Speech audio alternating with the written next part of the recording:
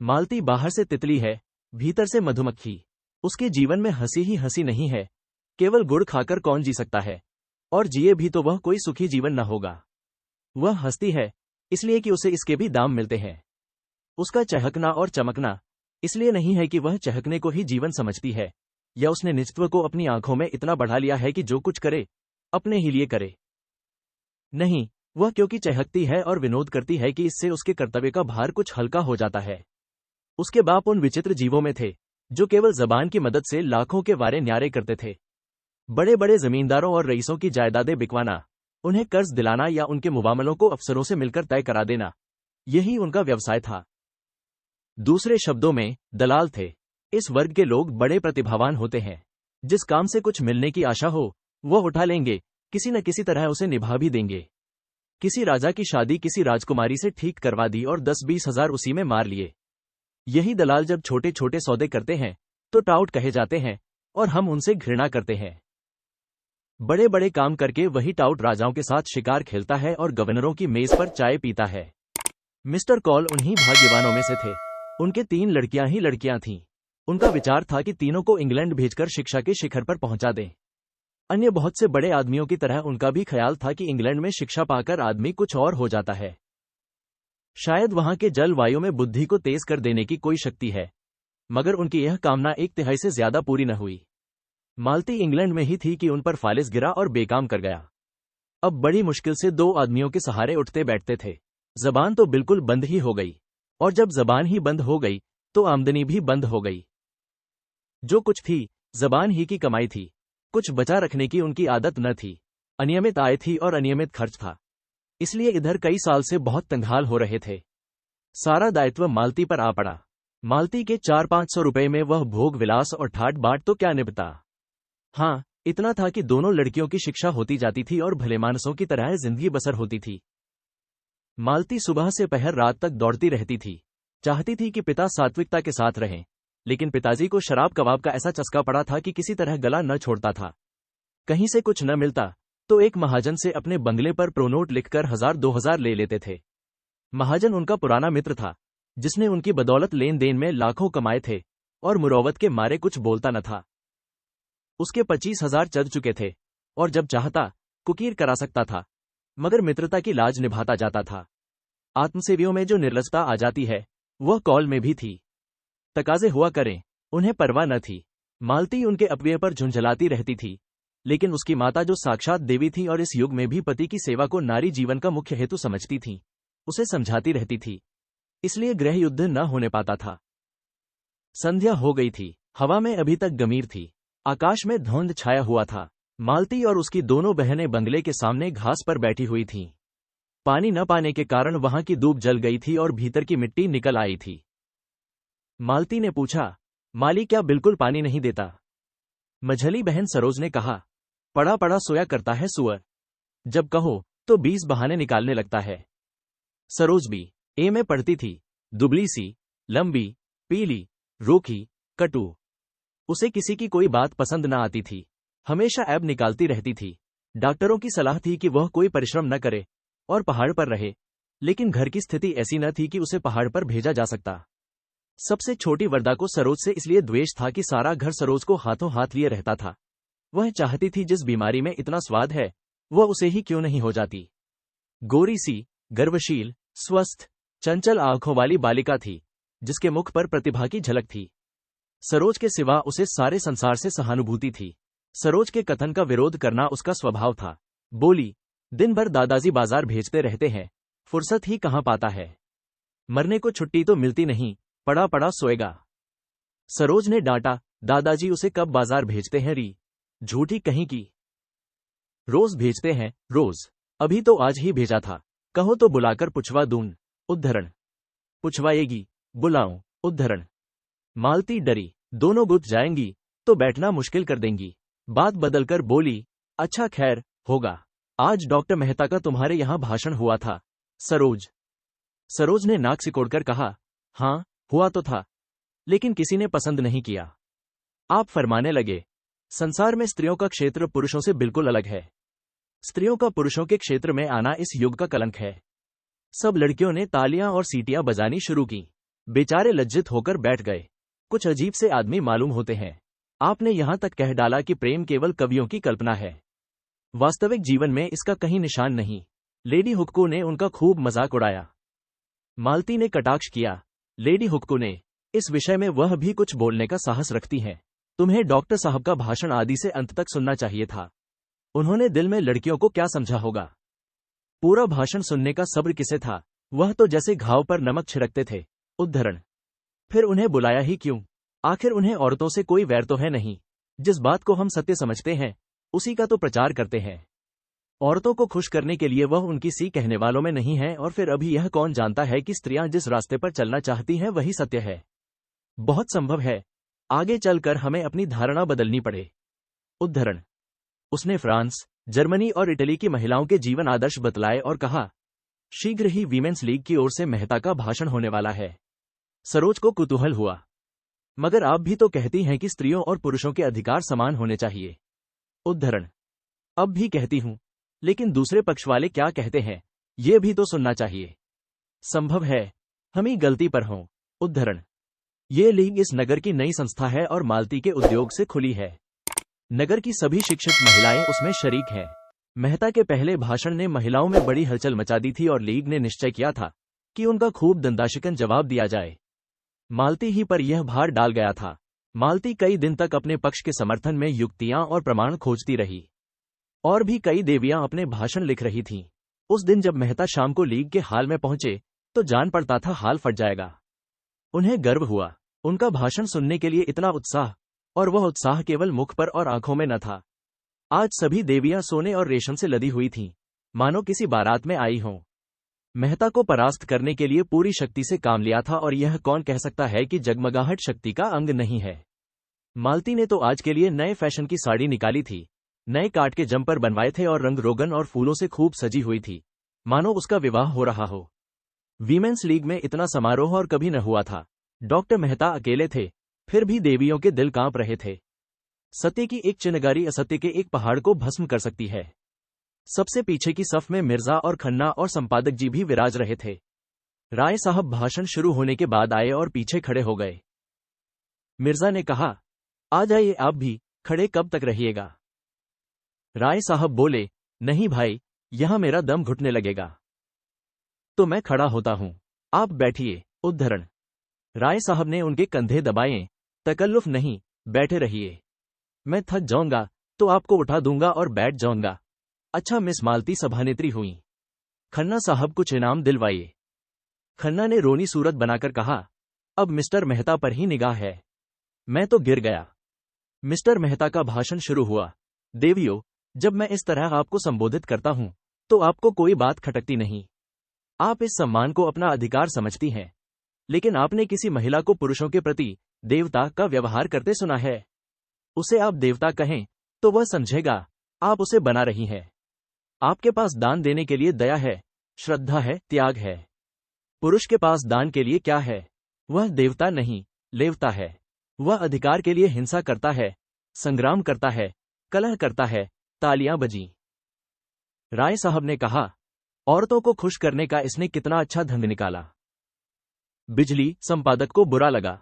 कोई नई बात नहीं, मैं कितनी ही बार यह भाव व्यक्त कर चुका हूं। मेहता आगे बढ़े, इसलिए जब मैं देखता हूं हमारी उन्नत विचारों वाली देवियां उस दया और श्रद्धा और त्याग के जीवन से असंतुष्ट होकर संग्राम और कलह और हिंसा के जीवन की ओर दौड़ रही हैं और समझ रही हैं कि यही सुख का स्वर्ग है, तो मैं उन्हें बधाई नहीं दे सकता। मिसेस खन्ना ने मालती की ओर सगव नेत्रों से देखा। मालती ने गर्दन झुका ली। खुर्शेद बोले, अब कहिए। मेहता दिलेर आदमी है, सच्ची बात कहता है और मोह पर। बिजली संपादक ने नाक सिकोड़ी। अब वह दिन लद गए जब देवियां इन चकमों में आ जाती थीं। उनके अधिकार हड़पते जाओ और कहते जाओ, आप तो देवी हैं, लक्ष्मी हैं, माता है। मेहता आगे बढ़े, स्त्री को पुरुष के रूप में, पुरुष के कर्म में रत देखकर मुझे उसी तरह वेदना होती है जैसे पुरुष को स्त्री के रूप में, स्त्री के कर्म करते देखकर। मुझे विश्वास है ऐसे पुरुषों को आप अपने विश्वास और प्रेम का पात्र नहीं समझती और मैं आपको विश्वास दिलाता हूं, ऐसी स्त्री भी पुरुष के प्रेम और श्रद्धा का पात्र नहीं बन सकती। खन्ना के चेहरे पर दिल की खुशी चमक उठी। राय साहब ने चुटकी ली। आप बहुत खुश हैं खन्ना जी। खन्ना बोले, मालती मिलें तो पूछूं, अब कहिए। मेहता आगे बढ़े।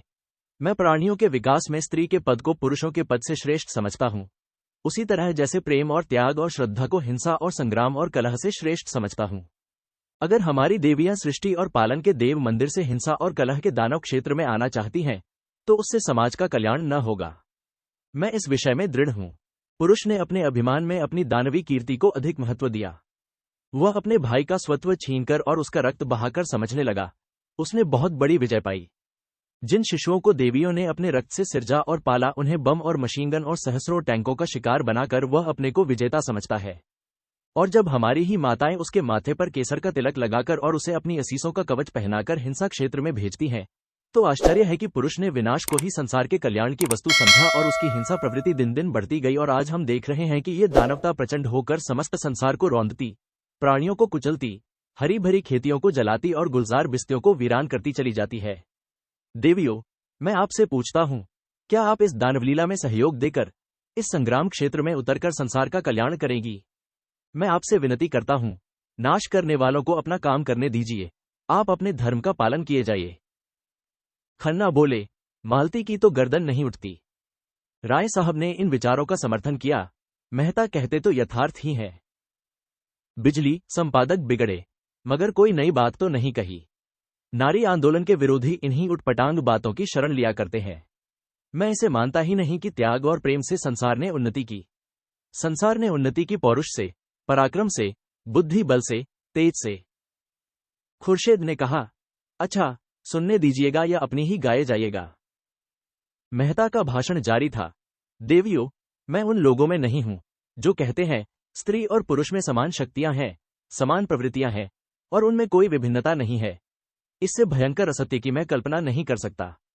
यह वह असत्य है जो युग युगांतरों से संचित अनुभव को उसी तरह ढंक लेना चाहता है जैसे बादल का एक टुकड़ा सूर्य को ढंक लेता है। मैं आपको सचेत किए देता हूं कि आप इस जाल में न फंसे। स्त्री पुरुष से उतनी ही श्रेष्ठ है जितना प्रकाश अंधेरे से। मनुष्य के लिए क्षमा और त्याग और अहिंसा जीवन के उच्चतम आदर्श है। नारी इस आदर्श को प्राप्त कर चुकी है। पुरुष धर्म और अध्यात्म और ऋषियों का आश्रय लेकर उस लक्ष्य पर पहुंचने के लिए सदियों से जोर मार रहा है, पर सफल नहीं हो सका। मैं कहता हूं, उसका सारा अध्यात्म और योग एक तरफ और नारियों का त्याग एक तरफ। तालियां बजीं, हाल हिल उठा। राय साहब ने गदगद होकर कहा, मेहता वही कहते हैं जो इनके दिल में है। ओंकारनाथ ने टीका की, लेकिन बातें सभी पुरानी हैं, सड़ी हुई। पुरानी बात भी आत्मबल के साथ कही जाती है तो नई हो जाती है। जो 1000 रुपए हर महीने फटकार कर विलास में उड़ाता हो, उसमें आत्मबल जैसी वस्तु नहीं रह सकती। यह केवल पुराने विचार की नारियों और पुरुषों को प्रसन्न करने के ढंग है। उद्धरण। खन्ना ने मालती की ओर देखा, यह क्यों फूली जा रही हैं? इन्हें तो शर्माना चाहिए। खुर्शीद ने खन्ना को उकसाया, अब तुम भी एक तकरीर कर डालो खन्ना, नहीं मेहता तुम्हें उखाड़ फेंकेगा। आधा मैदान तो उसने अभी मार लिया है। खन्ना खिसियाकर बोले, मेरी न कहिए, मैंने ऐसी कितनी चिड़ियां फंसाकर छोड़ दी हैं। राय साहब ने खुर्शीद की तरफ आंख मारकर कहा, आजकल आप महिला समाज की तरफ आते जाते हैं। सच कहना, कितना चंदा दिया? खन्ना पर झेप छा गई। मैं ऐसे समाजों को चंदे नहीं दिया करता जो कला का ढोंग रचकर दुराचार फैलाते हैं। मेहता का भाषण जारी था। पुरुष कहता है, जितने दार्शनिक और वैज्ञानिक आविष्कारक हुए हैं वह सब पुरुष थे। जितने बड़े बड़े महात्मा हुए हैं वह सब पुरुष थे। सभी योद्धा, सभी राजनीति के आचार्य, बड़े बड़े नाविक, बड़े बड़े सब कुछ पुरुष थे। लेकिन इन बड़ों बड़ों के समूहों ने मिलकर किया क्या? महात्माओं और धर्म प्रवर्तकों ने संसार में रक्त की नदियां बहाने और वैमनस्य की आग भड़काने के सिवा और क्या किया? योद्धाओं ने भाइयों की गर्दनें काटने के सिवा और क्या यादगार छोड़ी? राजनीतिज्ञों की निशानी अब केवल लुप्त साम्राज्यों के खंडहर रह गए हैं और आविष्कारकों ने मनुष्य को मशीन का गुलाम बना देने के सिवा और क्या समस्या हल कर दी? पुरुषों की रची हुई इस संस्कृति में शांति कहाँ है? सहयोग कहाँ है? ओंकारनाथ उठकर जाने को हुए। विलासियों के मुंह से बड़ी बड़ी बातें सुनकर मेरी देह भस्म हो जाती है। खुर्शीद ने उनका हाथ पकड़कर बैठाया, आप भी संपादक जी निरे पोंगा ही रहे। अजी ये दुनिया है जिसके जी में जो आता है बकता है। कुछ लोग सुनते हैं और तालियां बजाते हैं। चलिए किस्सा खत्म। ऐसे ऐसे बेशुमार महते आएंगे और चले जाएंगे और दुनिया अपनी रफ्तार से चलती रहेगी। यहां बिगड़ने की कौन सी बात है? असत्य सुनकर मुझसे सहा नहीं जाता। उद्धरण।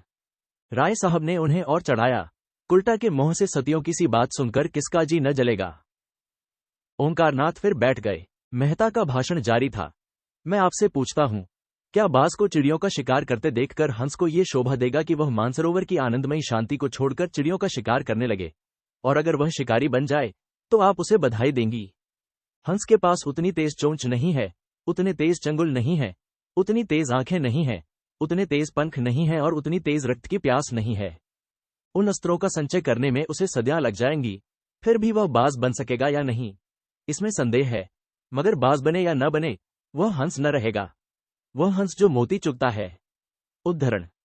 खुर्शेद ने टीका की, ये तो शायरों की सी दलीलें हैं। मादा बाज भी उसी तरह शिकार करती है जैसे नर बाज। ओंकारनाथ प्रसन्न हो गए। उस पर आप फिलसफर बनते हैं, इसी तर्क के बल पर।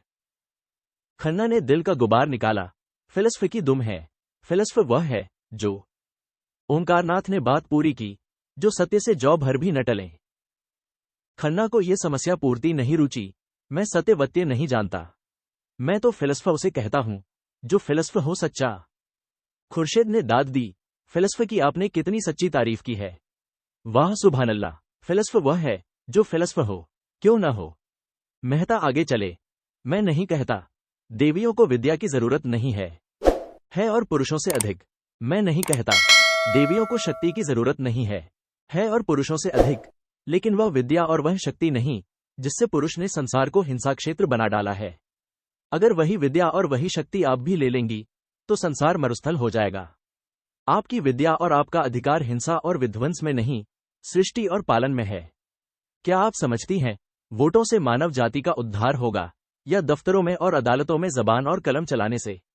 इन नकली, अप्राकृतिक, विनाशकारी अधिकारों के लिए आप वह अधिकार छोड़ देना चाहती हैं जो आपको प्रकृति ने दिए हैं। सरोज अब तक बड़ी बहन के अदब से जब्त किए बैठी थी। अब न रहा गया, पुकार उठी, हमें वोट चाहिए, पुरुषों के बराबर। और कई युवतियों ने हाँक लगाई, वोट, वोट। ओंकारनाथ ने खड़े होकर ऊंचे स्वर से कहा, नारी जाति के विरोधियों की पगड़ी नीची हो। मालती ने मेज पर हाथ पटककर कहा, शांत रहो। जो लोग पक्ष या विपक्ष में कुछ कहना चाहेंगे उन्हें पूरा अवसर दिया जाएगा। मेहता बोले, वोट नए युग का मायाजाल है, मरीचिका है, कलंक है, धोखा है। उसके चक्कर में पड़कर आप न इधर की होंगी न उधर की। कौन कहता है कि आपका क्षेत्र संकुचित है और उसमें आपको अभिव्यक्त का अवकाश नहीं मिलता? हम सभी पहले मनुष्य हैं, पीछे और कुछ। हमारा जीवन हमारा घर है, वहीं हमारी सृष्टि होती है, वहीं हमारा पालन होता है, वहीं जीवन के सारे व्यापार होते हैं। अगर वह क्षेत्र परिमित है तो अपरिमित कौन सा क्षेत्र है? क्या वह संघर्ष जहां संगठित अपहरण है? जिस कारखाने में मनुष्य और उसका भाग्य बनता है, उसे छोड़कर आप उन कारखानों में जाना चाहती हैं जहां मनुष्य पीसा जाता है, जहां उसका रक्त निकाला जाता है? मिर्जा ने टोका, पुरुषों के जुल्म ने ही तो उनमें बगावत की यह स्पिरिट पैदा की है। मेहता बोले, बेशक पुरुषों ने अन्याय किया है, लेकिन उसका यह जवाब नहीं है। अन्याय को मिटाइए, लेकिन अपने को मिटाकर नहीं। मालती बोली, नारियां इसलिए अधिकार चाहती हैं कि उनका सदुपयोग करें और पुरुषों को उनका दुरुपयोग करने से रोकें। मेहता ने उत्तर दिया, संसार में सबसे बड़े अधिकार सेवा और त्याग से मिलते हैं और वह आपको मिले हुए हैं। उन अधिकारों के सामने वोट कोई चीज नहीं। मुझे खेद है, हमारी बहनें पश्चिम का आदर्श ले रही हैं, जहां नारी ने अपना पद खो दिया है और स्वामिनी से गिरकर विलास की वस्तु बन गई है। पश्चिम की स्त्री स्वच्छंद होना चाहती है, इसीलिए कि वह अधिक से अधिक विलास कर सके। हमारी माताओं का आदर्श कभी विलास नहीं रहा। उन्होंने केवल सेवा के अधिकार से सदैव गृहस्थी का संचालन किया है। पश्चिम में जो चीजें अच्छी हैं वह उनसे लीजिए। संस्कृति में सदैव आदान प्रदान होता आया है, लेकिन अंधी नकल तो मानसिक दुर्बलता का ही लक्षण है। पश्चिम की स्त्री आज गृह स्वामिनी नहीं रहना चाहती। भोग की विदग्ध लालसा ने उसे उच्छृंखल बना दिया है। वह अपनी लज्जा और गरिमा को, जो उसकी सबसे बड़ी विभूति थी, चंचलता और आमोद प्रमोद पर होम कर रही है। जब मैं वहां की सुशिक्षित बालिकाओं को अपने रूप का या भरी हुई गोल बाहों या अपनी नग्नता का प्रदर्शन करते देखता हूं तो मुझे उन पर दया आती है। उनकी लालसाओं ने उन्हें इतना पराभूत कर दिया है कि वे अपनी लज्जा की भी रक्षा नहीं कर सकती। नारी की इससे अधिक और क्या अधोगति हो सकती है? राय साहब ने तालियां बजाईं। हाल तालियों से गूंज उठा, जैसे पटाखों की टिट्टियां छूट रही हों। मिर्जा साहब ने संपादक जी से कहा, इसका जवाब तो आपके पास भी न होगा। संपादक जी ने विरक्त मन से कहा। सारे व्याख्यान में इन्होंने यही एक बात सत्य कही है। तब तो आप भी मेहता के मुरीद हुए। उद्धरण। जी नहीं, अपने लोग किसी के मुरीद नहीं होते। मैं इसका जवाब ढूंढ निकालूंगा, बिजली में देखिएगा। उद्धरण। इसके माने ये है कि आप हक की तलाश नहीं करते, सिर्फ अपने पक्ष के लिए लड़ना चाहते हैं। उद्धरण। राय साहब ने आड़े हाथों लिया। इसी पर आपको अपने सत्य प्रेम का अभिमान है। संपादक जी अविचल रहे। वकील का काम अपने मुवक्किल का हित देखना है, सत्य या असत्य का निराकरण नहीं। तो यूं कहिए कि आप औरतों के वकील हैं। उद्धरण। मैं उन सभी लोगों का वकील हूं जो निर्बल हैं, निस्सहाय हैं, पीड़ित हैं। उद्धरण। बड़े बेहया हो यार। उद्धरण। मेहताजी कह रहे थे, और यह पुरुषों का षड्यंत्र है, देवियों को ऊंचे शिखर से खींचकर अपने बराबर बनाने के लिए, उन पुरुषों का जो काय हैं, जिनमें वैवाहिक जीवन का दायित्व संभालने की क्षमता नहीं है, जो स्वच्छंद काम क्रीड़ा की तरंगों में सांडों की भांति दूसरों की हरी भरी खेती में मोह डालकर अपनी कुत्सित लालसाओं को तृप्त करना चाहते हैं। पश्चिम में इनका षड्यंत्र सफल हो गया और देवियां तितलियां बन गईं। मुझे ये कहते हुए शर्म आती है कि इस त्याग और तपस्या की भूमि भारत में भी कुछ वही हवा चलने लगी है। विशेषकर हमारी शिक्षित बहनों पर वह जादू बड़ी तेजी से चल रहा है। वह गृहिणी का आदर्श त्याग कर तितलियों का रंग पकड़ रही हैं। सरोज उत्तेजित होकर बोली, हम पुरुषों से सलाह नहीं मांगती। अगर वह अपने बारे में स्वतंत्र हैं, तो स्त्रियां भी अपने विषय में स्वतंत्र हैं। युवतियां अब विवाह को पेशा नहीं बनाना चाहती, वह केवल प्रेम के आधार पर विवाह करेंगी। जोर से तालियां बजीं, विशेषकर अगली पंक्तियों में जहां महिलाएं थीं। मेहता ने जवाब दिया, जिसे तुम प्रेम कहती हो, वह धोखा है, उद्दीप्त लालसा का विकृत रूप, उसी तरह जैसे संन्यास केवल भीख मांगने का संस्कृत रूप है। वह प्रेम अगर वैवाहिक जीवन में कम है, तो मुक्त विलास में बिल्कुल नहीं है। सच्चा आनंद, सच्ची शांति केवल सेवा व्रत में है। वही अधिकार का स्रोत है, वही शक्ति का उद्गम है।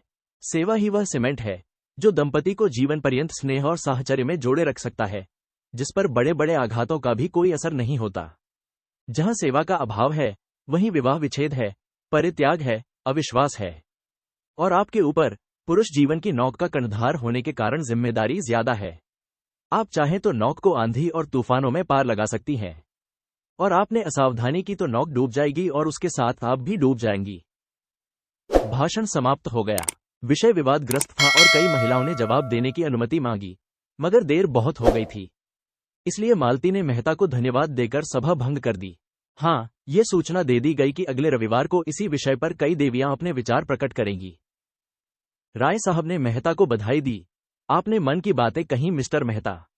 मैं आपके एक एक शब्द से सहमत हूं। मालती हंसी। आप क्यों न बधाई देंगे, चोर चोर मौसेरे भाई जो होते हैं न, मगर यह सारा उपदेश गरीब नारियों ही के सिर क्यों थोपा जाता है? उन्हीं के सिर क्यों आदर्श और मैदा और त्याग सब कुछ पालन करने का भार पटका जाता है? मेहता बोले, इसलिए कि वह बात समझती है। खन्ना ने मालती की ओर अपनी बड़ी बड़ी आंखों से देखकर मानो उसके मन की बात समझने की चेष्टा करते हुए कहा, डॉक्टर साहब के ये विचार मुझे तो कोई 100 साल पिछड़े हुए मालूम होते हैं। मालती ने कटु होकर पूछा, कौन से विचार? यही सेवा और कर्तव्य आदि। उद्धरण। तो आपको ये विचार 100 साल पिछड़े हुए मालूम होते हैं, तो कृपा करके अपने ताजे विचार बतलाइए। दंपति कैसे सुखी रह सकते हैं, इसका कोई ताजा नुस्खा आपके पास है? खन्ना खिसिया गए। बात कही मालती को खुश करने के लिए, वह और तिंक उठी। बोली, यह नुस्खा तो मेहता साहब को मालूम होगा। डॉक्टर साहब ने तो बतला दिया और आपके ख्याल में वह 100 साल पुराना है, तो नया नुस्खा आपको बतलाना चाहिए। आपको ज्ञात नहीं कि दुनिया में ऐसी बहुत सी बातें हैं जो कभी पुरानी हो ही नहीं सकती। समाज में इस तरह की समस्याएं हमेशा उठती रहती हैं और हमेशा उठती रहेंगी। उद्धरण। मिसेस खन्ना बरामदे में चली गई थीं।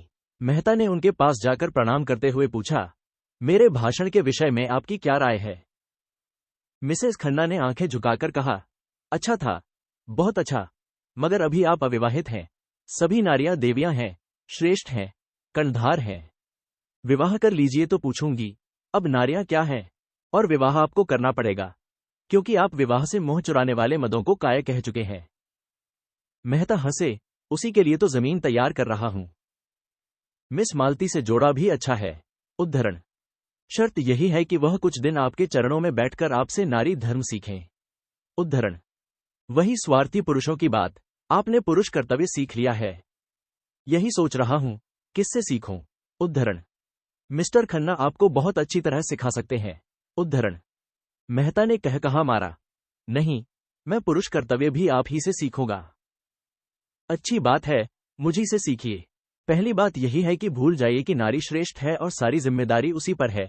श्रेष्ठ पुरुष है और उसी पर गृहस्थी का सारा भार है। नारी में सेवा और संयम और कर्तव्य सब कुछ वही पैदा कर सकता है। अगर उसमें इन बातों का अभाव है तो नारी में भी अभाव रहेगा। नारियों में आज जो यह विद्रोह है, इसका कारण पुरुष का इन गुणों से शून्य हो जाना है। उद्धरण। मिर्जा साहब ने आकर मेहता को गोद में उठा लिया और बोले, मुबारक। मेहता ने प्रश्न की आंखों से देखा, आपको मेरी तकरीर पसंद आई? तकरीर तो खैर जैसी थी वैसी थी, मगर कामयाब खूब रही। आपने परी को शीशे में उतार लिया। अपनी तकदीर सराहिए कि जिसने आज तक किसी को मोह नहीं लगाया, वह आपका कलमा पढ़ रही है। उद्धरण। मिसेस खन्ना दबी जबान से बोली, जब नशा ठहर जाए तो कहिए। मेहता ने विरक्त भाव से कहा, मेरे जैसे किताब कीड़ों को कौन औरत पसंद करेगी देवी जी। मैं तो पक्का आदर्शवादी हूं। मिसेस खन्ना ने अपने पति को कार की तरफ जाते देखा तो उधर चली गईं। मिर्जा भी बाहर निकल गए। मेहता ने मंच पर से अपनी छड़ी उठाई और बाहर जाना चाहते थे कि मालती ने आकर उनका हाथ पकड़ लिया और आग्रह भरी आंखों से बोली, आप अभी नहीं जा सकते। चलिए, पापा से आपकी मुलाकात कराऊं और आज वहीं खाना खाइए। मेहता ने कान पर हाथ रखकर कहा, नहीं, मुझे क्षमा कीजिए। वहां सरोज मेरी जान खाएगी। मैं इन लड़कियों से बहुत घबराता हूं। नहीं नहीं, मैं जिम्मा लेती हूं जो वह मुंह भी खोले। उद्धरण। अच्छा आप चलिए, मैं थोड़ी देर में आऊंगा। उद्धरण। जी नहीं, यह न होगा। मेरी कार सरोज को लेकर चल दी। आप मुझे पहुंचाने तो चलेंगे ही। उद्धरण। दोनों मेहता की कार में बैठे। कार चली। एक क्षण के बाद मेहता ने पूछा, मैंने सुना है खन्ना साहब अपनी बीबी को मारा करते हैं। तब से मुझे इनकी सूरत से नफरत हो गई। जो आदमी इतना निर्दयी हो, उसे मैं आदमी नहीं समझता। उस पर आप नारी जाति के बड़े हितैषी बनते हैं। तुमने उन्हें कभी समझाया नहीं। मालती उद्विग्न होकर बोली, ताली हमेशा दो हथेलियों से बजती है, यह आप भूल जाते हैं। मैं तो ऐसे किसी कारण की कल्पना ही नहीं कर सकता कि कोई पुरुष अपनी स्त्री को मारे। उद्धरण। चाहे स्त्री कितनी ही बदज़बान हो। उद्धरण। हाँ, कितनी ही। उद्धरण। तो आप एक नए किस्म के आदमी हैं। उद्धरण। अगर मर्द बदमिजाज है तो तुम्हारी राय में उस मर्द पर हंटरों की बौछार करनी चाहिए। क्यों? उद्धरण। स्त्री जितनी क्षमाशील हो सकती है पुरुष नहीं हो सकता। आपने खुद आज यह बात स्वीकार की है। उद्धरण। तो औरत की क्षमाशीलता का यही पुरस्कार है। मैं समझता हूं, तुम खन्ना को मोह लगाकर उसे और भी शह देती हो। तुम्हारा वह जितना आदर करता है, तुमसे उसे जितनी भक्ति है, उसके बल पर तुम बड़ी आसानी से उसे सीधा कर सकती हो, मगर तुम उसकी सफाई देकर स्वयं उस अपराध में शरीक हो जाती हो। उद्धरण। मालती उत्तेजित होकर बोली, तुमने इस समय यह प्रसंग व्यर्थ ही छेड़ दिया। मैं किसी की बुराई नहीं करना चाहती, मगर अभी आपने गोविंदी देवी को पहचाना नहीं। आपने उनकी भोली भाली शांत मुद्रा देखकर समझ लिया, वह देवी है। मैं उन्हें इतना ऊंचा स्थान नहीं देना चाहती। उन्होंने मुझे बदनाम करने का जितना प्रयत्न किया है, मुझ पर जैसे जैसे आघात किए हैं, वह बयान करूं तो आप दंग रह जाएंगे और तब आपको मानना पड़ेगा कि ऐसी औरत के साथ यही व्यवहार होना चाहिए। आखिर उन्हें आपसे इतना द्वेष है, इसका कोई कारण तो होगा। कारण उनसे पूछिए, मुझे किसी के दिल का हाल क्या मालूम। उद्धरण। उनसे बिना पूछे भी अनुमान किया जा सकता है और वह ये है, अगर कोई पुरुष मेरे और मेरी स्त्री के बीच में आने का साहस करे तो मैं उसे गोली मार दूंगा, और उसे न मार सकूंगा तो अपनी छाती में मार लूंगा। इसी तरह अगर मैं किसी स्त्री को अपने और अपनी स्त्री के बीच में लाना चाहूं तो मेरी पत्नी को भी अधिकार है कि वह जो चाहे करे। इस विषय में मैं कोई समझौता नहीं कर सकता। यह अवैज्ञानिक मनोवृत्ति है जो हमने अपने बनेले पूर्वजों से पाई है और आजकल कुछ लोग इसे असभ्य और असामाजिक व्यवहार कहेंगे, लेकिन मैं अभी तक उस मनोवृत्ति पर विजय नहीं पा सका और न पाना चाहता हूं। इस विषय में मैं कानून की परवाह नहीं करता। मेरे घर में मेरा कानून है। उद्धरण। मालती ने तीव्र स्वर में पूछा, लेकिन आपने यह अनुमान कैसे कर लिया कि मैं आपके शब्दों में खन्ना और गोविंदी के बीच आना चाहती हूं? आप ऐसा अनुमान करके मेरा अपमान कर रहे हैं। मैं खन्ना को अपनी जूतियों की नोक के बराबर भी नहीं समझती। मेहता ने अविश्वास भरे स्वर में कहा, यह आप दिल से नहीं कह रही हैं मिस मालती। क्या आप सारी दुनिया को बेवकूफ समझती हैं? जो बात सभी समझ रहे हैं, अगर वही बात मिसेस खन्ना भी समझें तो मैं उन्हें दोष नहीं दे सकता। मालती ने तिंक कर कहा, दुनिया को दूसरों को बदनाम करने में मजा आता है। यह उसका स्वभाव है, मैं उसका स्वभाव कैसे बदल दूं? लेकिन यह व्यर्थ का कलंक है। हाँ, मैं इतनी बेमुरौवत नहीं हूं कि खन्ना को अपने पास आते देखकर दुत्कार देती। मेरा काम ही ऐसा है कि मुझे सभी का स्वागत और सत्कार करना पड़ता है। अगर कोई इसका कुछ और अर्थ निकालता है, तो वह मालती का गला भर्रा गया और उसने मुंह फेरकर रुमाल से आंसू पोंछे। फिर 1 मिनट बाद बोली, औरों के साथ तुम भी मुझे इसका दुख है। मुझे तुमसे ऐसी आशा न थी। फिर कदाचित उसे अपनी दुर्बलता पर खेद हुआ। वह प्रचंड होकर बोली, आपको मुझ पर आक्षेप करने का कोई अधिकार नहीं है। अगर आप भी उन्हीं मदों में हैं, जो किसी स्त्री पुरुष को साथ देखकर उंगली उठाए बिना नहीं रह सकते, तो शौक से उठाइए। मुझे रत्ती भर परवाह नहीं। अगर कोई स्त्री आपके पास बार बार किसी न किसी बहाने से आए, आपको अपना देवता समझे, हर एक बात में आपसे सलाह ले, आपके चरणों के नीचे आंखें बिछाए, आपका इशारा पाते ही आग में कूदने को तैयार हो, तो मैं दावे से कह सकती हूं, आप उसकी उपेक्षा न करेंगे। अगर आप उसे ठुकरा सकते हैं, तो आप मनुष्य नहीं हैं। उसके विरुद्ध आप कितने ही तर्क और प्रमाण लाकर रख दें, लेकिन मैं मानूंगी नहीं। मैं तो कहती हूं, उपेक्षा तो दूर रही, ठुकराने की बात ही क्या, आप उस नारी के चरण धो धोकर पिएंगे, और बहुत दिन गुजरने के पहले वह आपकी हृदयेश्वरी होगी। मैं आपसे हाथ जोड़कर कहती हूं, मेरे सामने खन्ना का कभी नाम न लीजिएगा। मेहता ने इस ज्वाला में मानो हाथ सेंकते हुए कहा, शर्त यही है कि मैं खन्ना को आपके साथ न देखूं। मैं मानवता की हत्या नहीं कर सकती। वह आएंगे तो मैं उन्हें दूर दुराऊंगी नहीं। उद्धरण। उनसे कहिए, अपनी स्त्री के साथ सज्जनता से पेश आए। उद्धरण। मैं किसी के निजी मामले में दखल देना उचित नहीं समझती, न मुझे इसका अधिकार है। तो आप किसी की जबान नहीं बंद कर सकती। उद्धरण। मालती का बंगला आ गया। कार रुक गई। मालती उतर पड़ी और बिना हाथ मिलाए चली गई। वह यह भी भूल गई कि उसने मेहता को भोजन की दावत दी है। वह एकांत में जाकर खूब रोना चाहती है। गोविंदी ने पहले भी आघात किए हैं, पर आज उसने जो आघात किया है, वह बहुत गहरा, बड़ा चौड़ा और बड़ा मर्मभेदी है।